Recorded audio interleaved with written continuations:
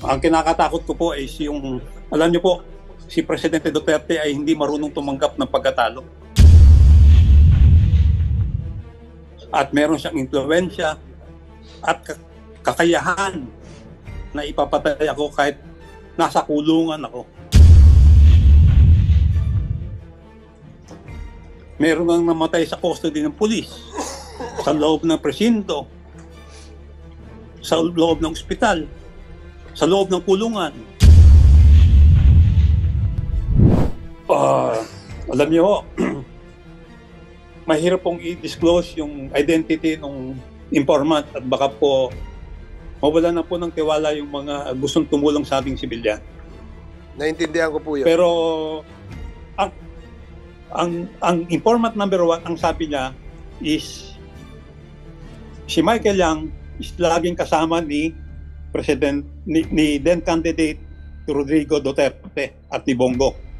At ang sabi niya is kasama rin yan sa Davao 2004 laboratory. So dahil kami nagtrabaho sa Davao, meron kami information sa Davao. So nireview namin yung aming records, tinignan namin kung sino yung pwedeng makausap doon. At nga nung August, may nakausap si Lito, si Captain Perote. Kaya nagpunta kami ng Davao ni Captain Perote para kausapin yung informant number 2. Okay. Ang sinabi naman ng informant number 2 is in-identify niya si Michael Yang. Pero hindi niya sinabing pangalan na Michael Yang. Ang sabi niya, itinuro niya dun sa Rock Gallery, sir, yan si Dragon. Sabi ko, bakit Dragon? Sir, may tattoo kasing Dragon yan eh. Paano mo naman nalaman? Eh, nakita ko sir eh. Yun ang tawag sa kanya, Dragon. O anong involvement niya doon sa laboratory sa Domo eh. Sir, siya yung tumanggap ng 2 container van at siyang nag-ayos. Yung iba dinala sa Domo, yung iba dinala sa Cagayan de Oro. Pwede ho bang malaman kung alam nyo kung ano yung relasyon nung inyong confidential informant dito kay Michael Yang? Siya ba ay amo ba niya si Michael Yang? Siya ba ay trabahante doon sa sinasabing laboratorio? Ano, pwede ho bang mabigyan nyo kami ng idea?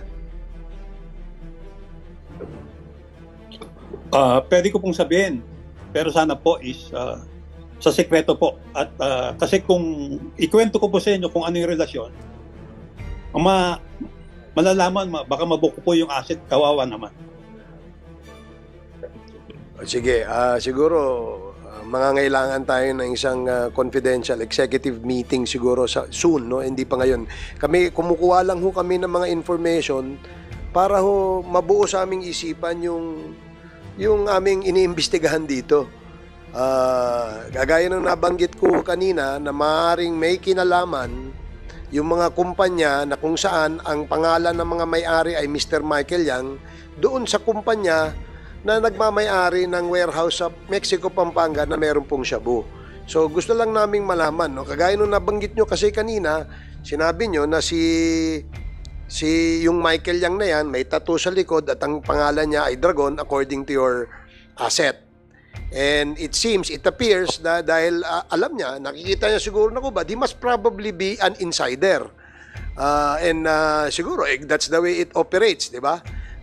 Alam naman po natin yun. So since you're not at liberty to disclose kung sino yung mga pangalan na yun, siguro na lang ho, ano yung relasyon naman nung nabanggit nyo kanina na Mr. Chua, ano yun? Yung Johnson Chua at saka yung Michael Johnson Yang. Chua po. Anong relasyon ng Michael Yang ho at saka yung Johnson Chua? Si Johnson Chua, siya po ang may-ari at nag-finance nung Domoy Shabu Laboratory. Paano nyo po nalaman na siya ang nag-finance? Meron ho ba kayong paper trail? Meron ho ba kayong ebidensya dyan? Yun po ay resulta ng old-fashioned police intelligence work. na assessment ng mga na ginawa namin. Okay. Yun din po ay galing din po sa mga informante. Yan pong si Johnson Chua, nung ni-raid namin yung Domoy nung December 31, 2004. Meron siyang bahay sa Davao City, malapit sa eskwelahan ng Stella Maris. Itong bahay na to ay pinupunta to ni Alan C. Nakikita namin siya doon pero hindi namin alam ang pangalan niya. Ang gamit ng sasakyan is Pajero. Nung ni-raid namin nung 31, si Johnson Chua ay dali-daling tumakas. Kumbaga is after a few hours nang ni-raid namin yung Domoy, si Johnson Chua ay tumakas papuntang Maynila by land. Gamit niya yung kanyang Pajero. Yan ang kwento, ang report sa amin ng asset. Okay. Kaya hindi namin nahuli si Johnson Chua. At tapos, na-identify namin si Johnson Chua dahil yung warehouse sa Cagayan de Oro, siya ang nakalistang lessor. Siya ang nagrenta ng warehouse kung saan nahuli yung mga chemicals. Ito ay ni-rate ng PIDEA Regional Office 10. Ang nag-rate noon ay ang Regional Director na si Rene Orbe. Okay. Pero ang nakadiscover nung bodega na yon ay kami rin po. Kaya lang hindi namin siya ni-rate kasi ang thinking namin is babalikan yon para kunin. So, ibinigay namin sa PIDEA 10 noon na bantayan kung sinong kukuha. Kaya lang po, ang nangyari is nainip ang PIDEA Region 10, ni-rate nila nang hindi namin alam. Okay. So nung ni-rate, nag-file na ng kaso. Pangalan ni Johnson Chua ang nagrenta. Kaya siya na-issuehan ng warrant sa Cagayan de Oro. Okay. Meron ho ba kayong idea ano nangyari doon sa yung sinasabi nyong na facilitate nung Mr. Michael Yang na shipment? Diba? Ang sabi nyo kanina, pag sa pagkakatanda ko, yung shipment na yon, isa dineliver sa Cagayan de Oro, yung isang container, at isang container ay dineliver naman po sa Davao. Tama po ba yung pagkakatanda ko? Yung dalawang container po is na-discarga lahat sa Davao City. Isang bodega ron bodega ni Alan C. Okay. Tapos, at unti-unti po nilang inililipat sa iba-ibang mga laboratory sa Domoy at sa Cagayan de Oro. Okay. Sige po. Salamat po, Colonel. The members... Salamat po. Is now... Congressman Dan Fernandez. Mr. Asierto, pwede po bang malaman yung... kanina nadinig ko po, 2 dekada na kayo sa, sa serbisyo. 2 dekada na po kayo. So, noong 2004, involved na ho kayo doon sa Dumoy, no? 2 dekada, so 20 Opo. years. Opo. Have you undergone any lifestyle check na po that was conducted by the Senate before? Meron na po ba kayong ganong na-conduct sa inyong lifestyle check? Alam niyo po, nung kinasuhan po ako doon sa Senate, Opo. na-pros na po yung aming asset. Oo. Ano po, na-freeze po yung asset? Kaya lang po ngayon is na-freeze na po yung asset ko noon. Pero wala po kasi silang na-file na kaso. Na-lift na po yung freeze order. Okay, so magkano naman po, kung pwede po malaman kung malaki ba yung na-freeze na asset or maliit lamang po? Ay, hindi ko po alam. Dahil, yung asset po ninyo, yung wala na. Mga magkano po yung naging asset? Hindi ko po masagot kasi wala po akong records. Nung asset po ninyo? Oo. During the time that you have conducted a hearing with the Senate, nag-undergo po kayo at na-freeze po yung assets po ninyo during that time. So, basically, sinasabi niyo po ngayon, hindi niyo po alam kung magkano yung asset ninyo? That was freezed? Kasi po, I hope hindi you ko po don't mind, nakita yung Mr. order. Sherto, what we're trying to Opo. point out here is also Ngayon, to naiintindihan ko po. Arawan niyo po yun. to test your integrity as a resource speaker, because yung pong inyong discussion dito about your presentation is so long that we understand yung pong inyong pong mga sinabi. Basically, yung iba napanood ko na rin po sa Senate hearing, and yung iba may mga bago po ako na dinig ngayon, but we wanted to compare your lifestyle with those that you are accusing of. Basically, kung sasabihin natin sila Michael Yang, we all know that they are affluent, di ba?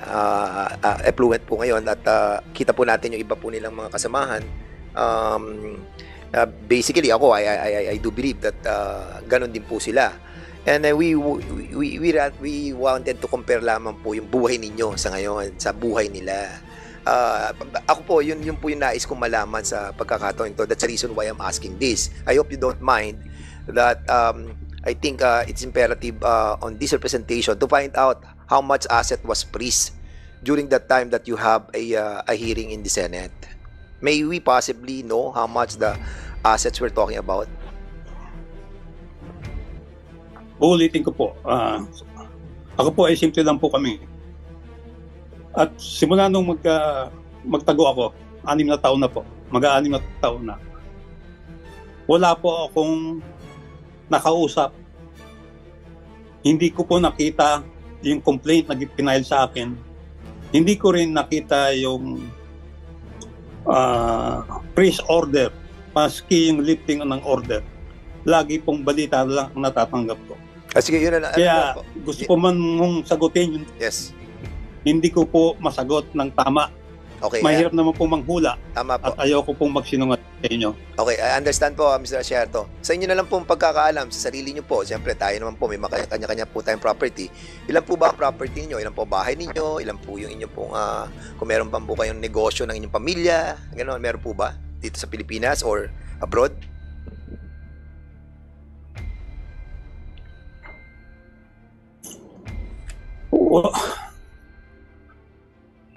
Uulitin ko po, simple lang po kami. So, wala naman po kayo masyadong properties. Ilan pong bahay ninyo? Ilan po ang sasakyan ninyo? Nasa abroad po ba kayo ngayon, Mr. Asyeta? Ay, for security reason po. Pasensya na. Hindi, naiintindihan po Ako namin. po ay pinapapatay ni Duterte. No, we understand that, Mr. Asyeta. Para naman pong ako really, I really understand that. But anyway, sige po. What I really wanted is really just like to compare your life with those people you are accusing of. Siguro, kung masasabi nyo sa amin, mas maganda po sana kasi basically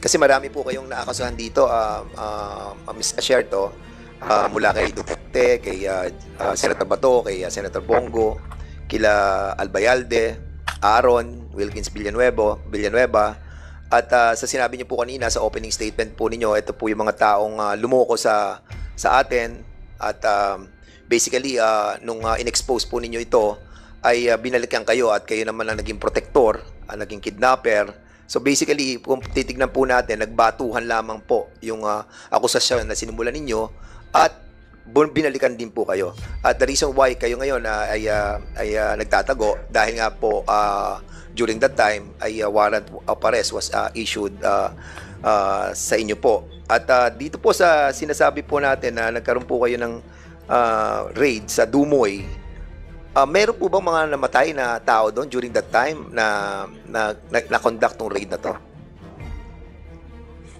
meron po, 6. At sila po ay mga empleyado po doon? Opo. Chinese po yan. Opo. And dito po, binabanggit po niyo yung owner kanina, si Johnson Chua, correct? Opo. Mr. Chair, kasi yung Johnson Chua, ngayon ko lang po nadinig yung pangalan na yun. Is he still around? Can we invite this person to appear on this hearing? Because Kung titingnan ko yung mga pangalan dito, mga usual na po yung nakikita ko, Mr. Asierto. Pero itong Johnson Chua na sinasabi niyong owner, pinanser, noong sa Dumoy raid, basically, parang bago po sa akin to. So, I believe that we need to invite this person, considering that other personality that were being mentioned by Mr. Asierto were already summoned by this committee. I so move, Mr. Chair, yung invitation. Okay, Congressman Fernandez, as alleged by Colonel Asierto, itong si Mr. Chua ay isang drug lord. So, dahil siya po ay isang drug lord at wala ho siya dito ngayon sa ating bansa, napakahirap pong imbitahin ito. And we're just relying on the reports by Colonel Asierto as well as the reports by the Philippine National Police as to the whereabouts of certain drug personalities, where most of them who are identified as drug lords are not anymore in the country. Yeah. In fact, yung ibang ang iniimbestiga natin, like Mr. Willie Ong, has already left the country the day after we first had our first committee hearing, no? So we will try to try to locate, no, and we can locate him, and which I doubt, no. We'll try to invite him. In that case, Mr. Chairman, may we ask the DOJ or the immigration to find out the last date that this person went out from this country. Siguro para makita natin, baka mamaya or nag-explore or whatever. Best effort na lang po, Mr. Chairman, on that case. Yeah, we'll get more information about the certain Mr. Johnson Chua, because we're not even sure whether Johnson Chua is his real name. Yes. So we'd like to get more information from the law enforcement units that operated on Mr. Johnson Chua. Yes, tapos Mr. Asierto, no, if I proceed, Mr. Chair. Please proceed. Yung sa RTC Cavite, kasi na-mention po ninyo yung kaso nung certain Alan Lim na dismiss through technicality under Section 8 of Article 2 of Republic Act 9165. So, ang judge pala during that time yung ating pong NBI director na ngayon na si Jimmy Santiago. So, maybe he can clarify a lot of things about that case, why it was dismissed, no? So, may we invite also the NBI director in the next hearing, Mr. Chairman? Yes, Congressman Fernandez. In fact, we sent out invitation to the newly designated NBI director, but I think there was an earlier commitment to Malacanang, no? So that's why he sent Attorney Galicia to speak in behalf of the NBI director, I suppose, no, on the information that we are on the investigation that we are conducting in this committee. So, yes, ganun pa man. So, we will... Yes, thank you so much. Perhaps ask some information as to the details of the dismissed case against Mr. Ano yun? Mr. Alan C. Alan Lim, hindi ko maintindihan Mr. Chairman kasi meron dito Alan Lim O yun sa kaso sa RTC Branch 18 sa Cavite po, that was decided by the former judge ng Cavite ng RTC Branch 18, who is Jaime Santiago during that time. Sige, perhaps you can just get information from the NBI. Yes, oo. And a while ago, Mr. Chairman, I have seen the sequence of the presentation of Mr. Asierto, that talaga very detailed yung kanyang mga presentation, and a lot of personality was mentioned, like si Coscolan. I believe Coscolan is already buhay pa ba siya? Dead na siya, no? So we cannot invite him anymore, and siguro yun na lang po lahat ng mga minention yung mga personality dito mas be invited as well para to shed light on the accusation of Mr. Asierto, para naman maging fair tayo sa ating pong committee. And even General Bigdanao was mentioned, and si Oscar Albayalde, and a lot of personalities. And ako po, saludo naman ako sa inyo, Mr. Asierto, dahil napakatapang po ninyo at naalala niyo pa po ng mga details na to. And rest assured that this committee, we will be digging deeper really what happened. At kayo nga po ay maraming accusation din po sa inyo that was thrown against you, and we wanted to ferret out kung ano po talaga yung katotohanan, because alam na po natin na nagsimula to dun sa expose nyo during that time that the former president is still the president of this country. And I know that it's hard, no, for you to do that, but ginawa po nyo yung tungkulin nyo bilang Pilipino. But of course, you cannot from us to that also. Yung that's the reason tinatanong yung inyong pong personality nyo. Ano ba meron kayo for us, or somehow have a pundasyon ng aming pagmumulan ng aming pong pagdidesisyon sa magiging resolusyon ng committee ito. For the Mr. Chairman, yung po muna, at maraming po salamat for giving me a chance to speak. Thank you so much, Mr. Thank you, Chairman. Congressman Fernandez.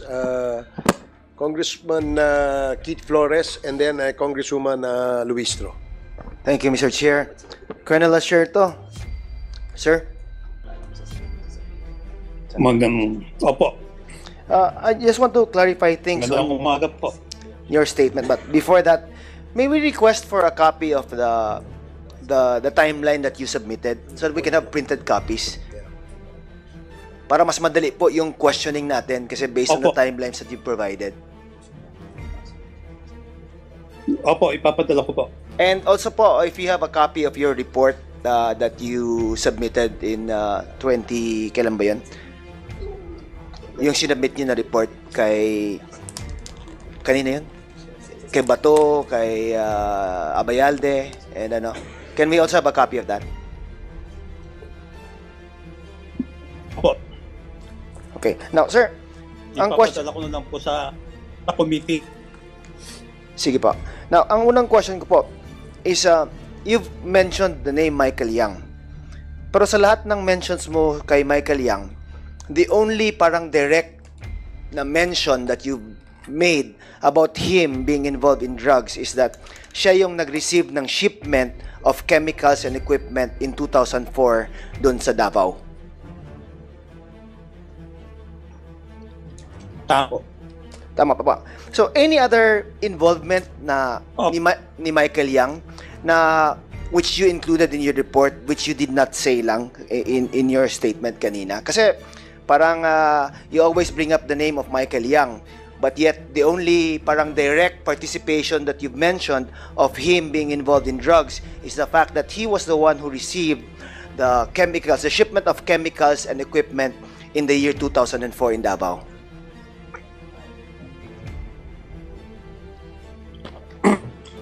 Although po, ang report ko lang po ay yung kanyang involvement sa Davao. Kasi during that time, 2004, ay kumbaga is nasa low-level worker siya ng sindikato. Pero ngayon po, 2016, ang haba na po ng panahon, sa tingin ko po ay tumaas na ang ranggo.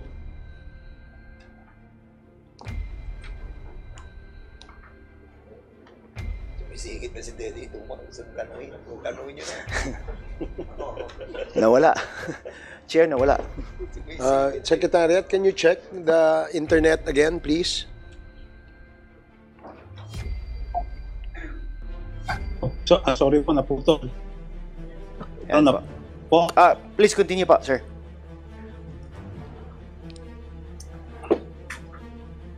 Hello? Oh. Yes, sir. Ulitin ko po, nung 2004, si Michael lang ay parang trabahante pa lang noon. Nung dumipas ang mabang panahon, tumaas ang posisyon niya sa sindikato. So ngayon po is mataas na siya. Hindi na po siya humahawak ng droga. Kumbaga is nagmamando na lang siya.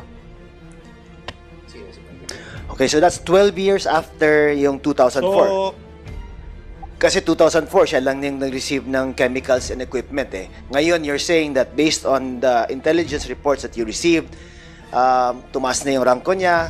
Now, this time, he's no longer just involved in receiving and distributing the equipment, but siya na yung nagbibigay ng orders. Is that correct?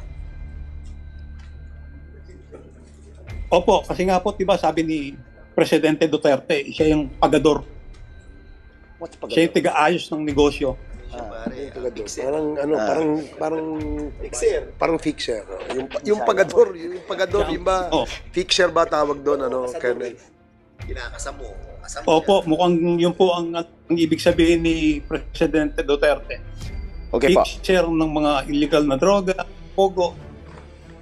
Okay po. Now, other than that po, na sinabi mong na-mention ni President Duterte, from your informants or from your investigation po, ano pa po ang na-establish ninyo which was stated in your report that directly links Mr. Michael Yang to illegal drug activities?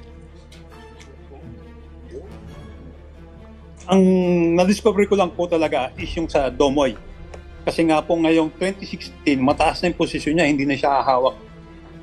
So, pero yung aking confirmation, based sa aking assessment, nung ginawa ko yung report ko, simple lang naman po yung report ko eh.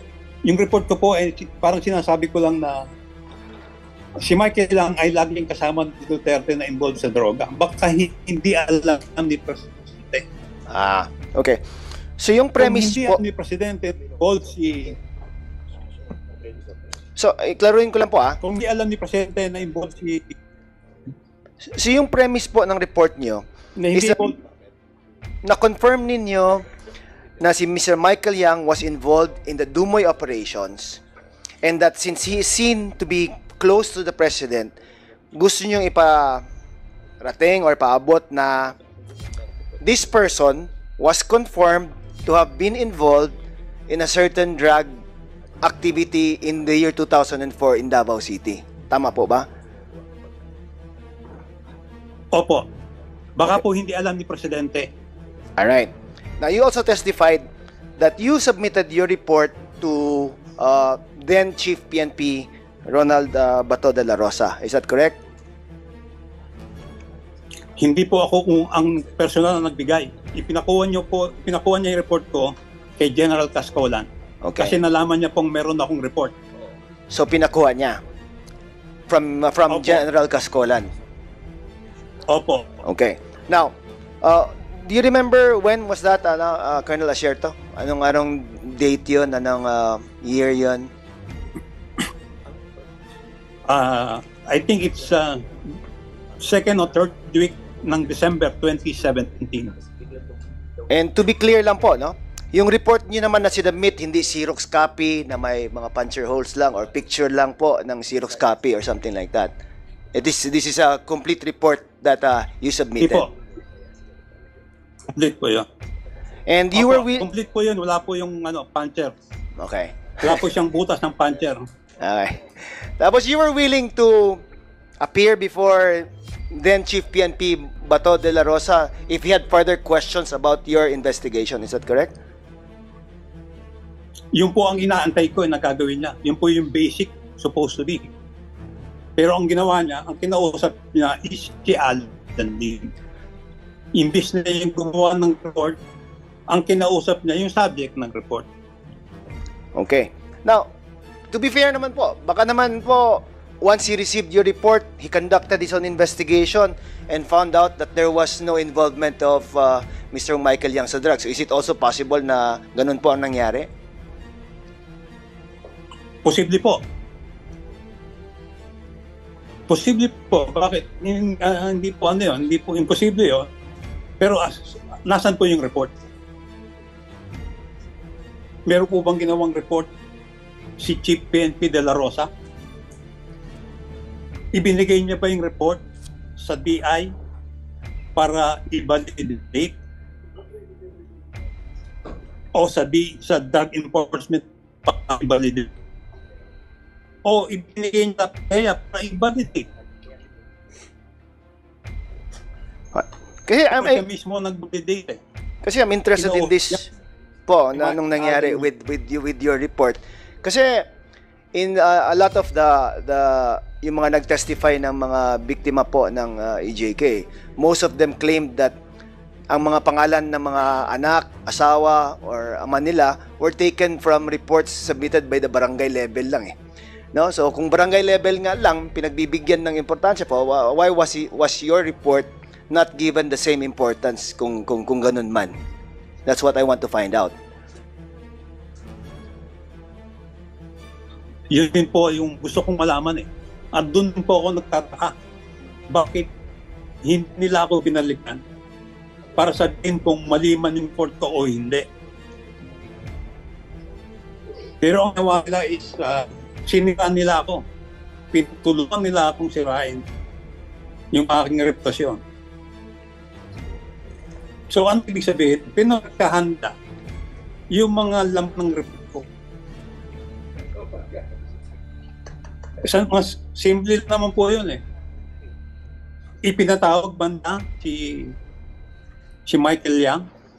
Katulad ni General Aquino, meron siyang power. Pwede niyang isupin.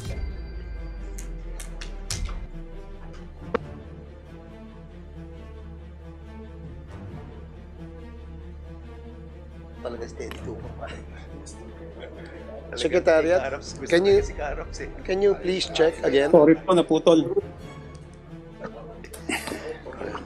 Hello? Hello? Yes, sir. You're back po. Okay po. So na-establish na po na Si General Aquino ba? na walang nangyari sa report nyo. Pinatawag pa ni General. There was no ni feedback, Lydia, no. Mike Yang. Wala. Walang feedback, walang No official feedback. No walang official document nagsabi na hindi validated yung investigations nyo, and based on our own investigations, yung investigation mo is baseless and without merit or something. Walang anything na report like that.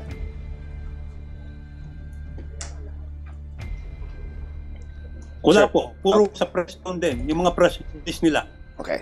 So now, other than Chief PNP Bato, Isa pang po, you mentioned that you also submitted the same report to General Abayalde, correct? Opo. Nung May And that there was a 2018. point in time where General Abayalde also denied meeting you and receiving the report that you submitted, correct? Opo, nasa ano po yan? Nasa news. Okay. Now, sir,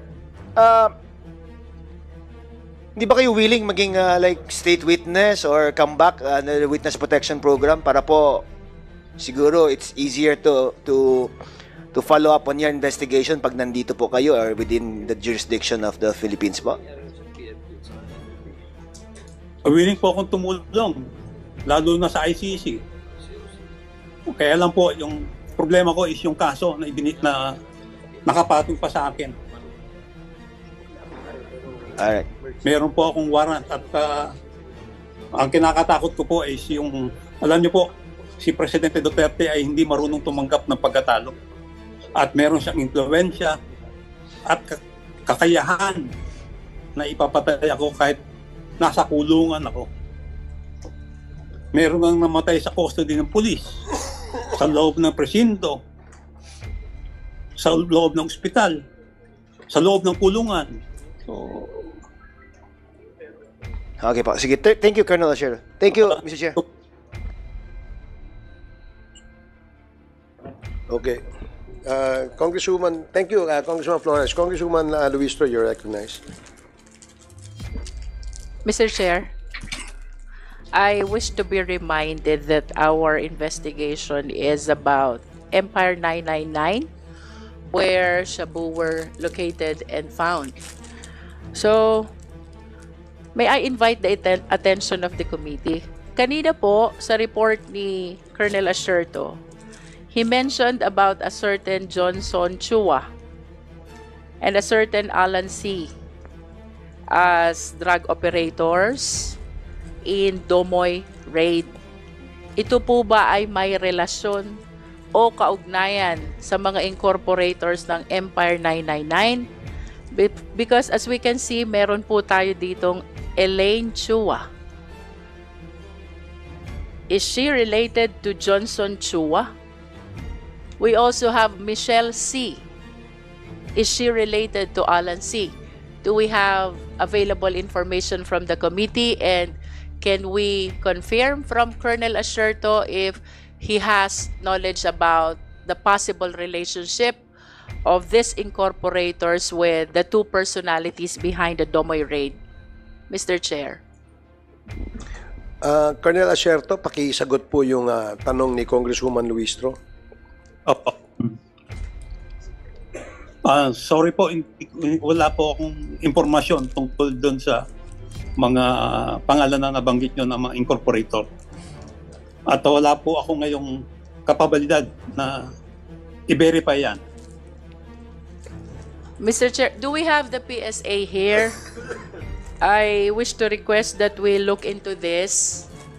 If through the records with the PSA ay may makikita po ba tayong relationship between Elaine Chua, incorporator of Empire 999, with Johnson Chua, one of the drug operators identified by Colonel Acerto in Domoy raid. Same with incorporator Michelle C. about her possible relationship with Alan C., another drug operator identified by Colonel Acerto in Domoy raid. Can we hear from PSA, Mr. Chair? PSA, please Good morning. answer the query of Congresswoman Luistro. Magandang tanghali po, Mr. Chair and Madam. We will check po if there is match records of Elaine and Johnson and Michelle and Alan C.